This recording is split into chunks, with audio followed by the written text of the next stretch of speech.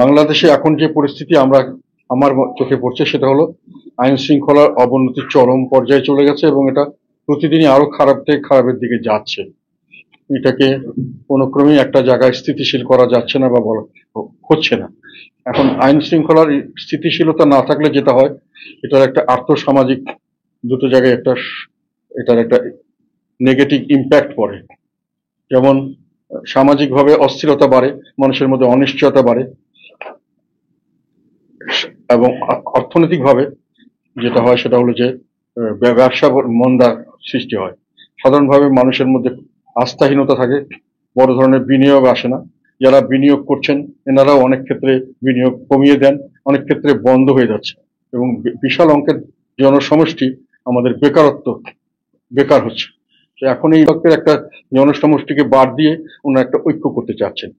এটার পরিণতি সবসময় খারাপই হওয়ার কথা, খারাপই হয়েছে। পৃথিবীর কোনো দেশ ওই নিজেদের ভিতরে দ্বিধা বিভক্ত থেকে বা নিজেদের মধ্যে একটা হিংসা প্রতিহিংসা এগুলোর চর্চা করে, মানসিক ঘৃণা এগুলোর চর্চা করে কোনো জাতি অগ্রসর হতে পারেনি। আমরা যে কোনো দেশই আমি মনে করি একটা কঠিন সময় পার করছে। কেউই ভালো আছে আমার মনে হয় না। অনেকে হয়তো অনুভব করতে পারছেন, অনেকে অনুভব করতে পারছেন না এখনো। বেকার যুবক এবং যারা চাকরি করছেন তাদেরও জিনিসপত্রের দাম বাড়ছে, মূল্যস্ফীতি বেশি। ফলে একটা হলো যে অর্ধভুক্ত থাকছে অনেক মানুষ হয়তো অভুক্তই থাকছে। এইগুলো লোকের সংখ্যা বাড়ছে। তাতে করে আবার এই লোকগুলি যখন সমাজে বিচরণ করছেন তখন এদের ভুভুক্কা মানুষ, অভুক্ত মানুষ এরা অল্পতেই বিক্ষুব্ধ হয়ে যান এবং অনেকভাবে নিজেকে বাঁচানোর জন্য অনেক সময় অনেক ধরনের কৌশল অবলম্বন করেন। যেমন চুরি ডাকাতি রাহাজানি নানান ধরনের সংঘবদ্ধভাবে কিছু করা, এসব ঘটছে ঘটনা। সেটাতে আবার আইন শৃঙ্খলার অবনতি হচ্ছে, পর্যালোচনা আবার জিনিসপত্রের দাম বাড়ছে, আবার সেটার মানুষের চাকরি হারাচ্ছে। এটা একটা ভিসিয়াস সাইকেল বা দুষ্ট চক্র। এর মধ্যে দেশ আস্তে আস্তে নিচের দিকে চলে যাচ্ছে।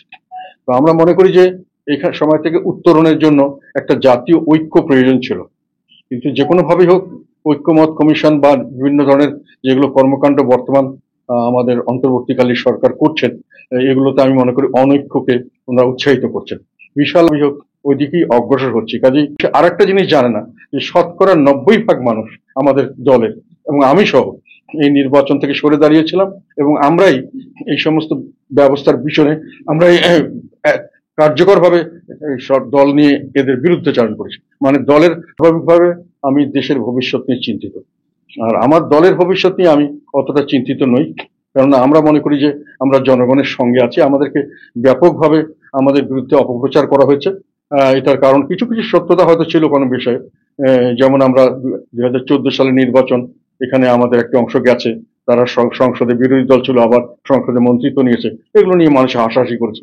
কিন্তু মানুষ আর একটা জিনিস জানে না যে 90% মানুষ আমাদের দলের এবং আমি সহ এই নির্বাচন থেকে সরে দাঁড়িয়েছিলাম এবং আমরাই এই সমস্ত ব্যবস্থার পিছনে আমরাই কার্যকরভাবে দল নিয়ে এদের বিরুদ্ধাচারণ করেছি। মানে দলের সবচেয়ে বড় সমালোচক আমরা নিজেরাই ছিলাম।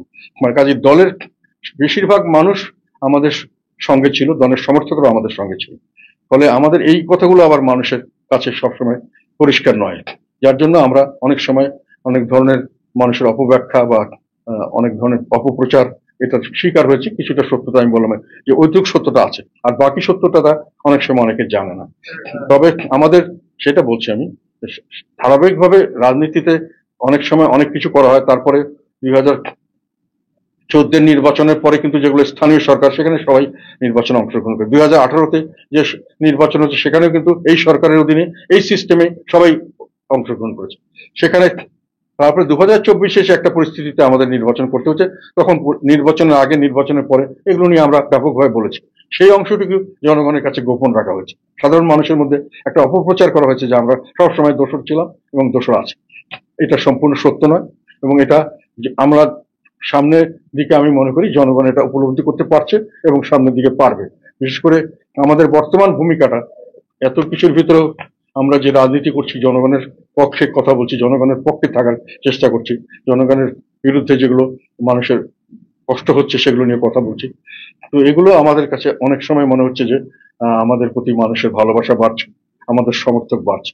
আর যত আমাদেরকে নিষ্পেষিত করার চেষ্টা করা হচ্ছে, আমি ধারণা করি যে এগুলো আমাদের সহায়ক শক্তি হিসেবে কাজ করছে, যেহেতু আমাদের দেশের মানুষ জুলুমবাজদের পছন্দ করে না, মজলুমদেরকে পছন্দ করে।